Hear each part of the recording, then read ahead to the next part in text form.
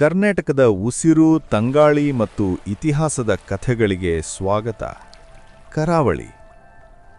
ಅರಬ್ಬಿ ಸಮುದ್ರದ ಅಂಚಿನಲ್ಲಿರುವ ಕರಾವಳಿಯು ಸಮುದ್ರದ ಅಪ್ಪುಗೆಯಲ್ಲಿದೆ. ಇಲ್ಲಿ ಸುಂದರವಾದ ಕಡಲತೀರಗಳು, ಸಮೃದ್ಧ ತೆಂಗಿನ ತೋಪುಗಳು ಮತ್ತು ಶಾಶ್ವತ ಕಥೆಗಳಂತೆ ಸಾಗರವನ್ನು ಸೇರುವ ನದಿಗಳಿವೆ.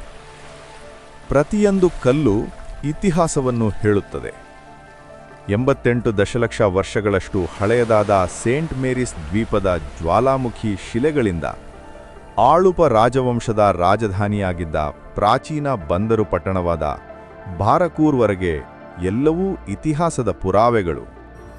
ಇಲ್ಲಿ ಯಕ್ಷಗಾನದಂತಹ ಕಲಾಪ್ರಕಾರಗಳು ಮತ್ತು ಸಾಂಪ್ರದಾಯಿಕ ಕಂಬಳವು ಜೀವಂತವಾಗಿವೆ. ಕರಾವಳಿಯು ನಂಬಿಕೆಗಳ ಬೀಡು ಕೂಡ ಹೌದು.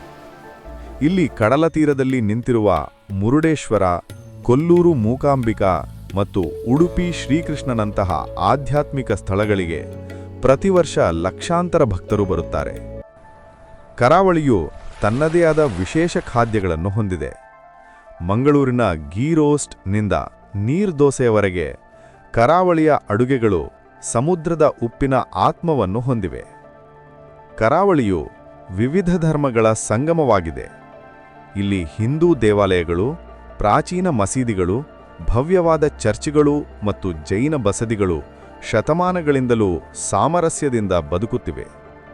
ಕರಾವಳಿಯು ಕೇವಲ ಸಮುದ್ರ ಅಲ್ಲ, ಇದು ಕಡಲು ಬರೆದ, ಜನರು ಹಾಡಿದ ಮತ್ತು ಇತಿಹಾಸವೂ ಮುಂದುವರಿಸಿದ ಜೀವಂತ ಕಾವ್ಯವಾಗಿದೆ. ಬನ್ನಿ, ಕರ್ನಾಟಕದ ಕರಾವಳಿಯ ಹೃದಯವನ್ನು ಅನುಭವಿಸಿ.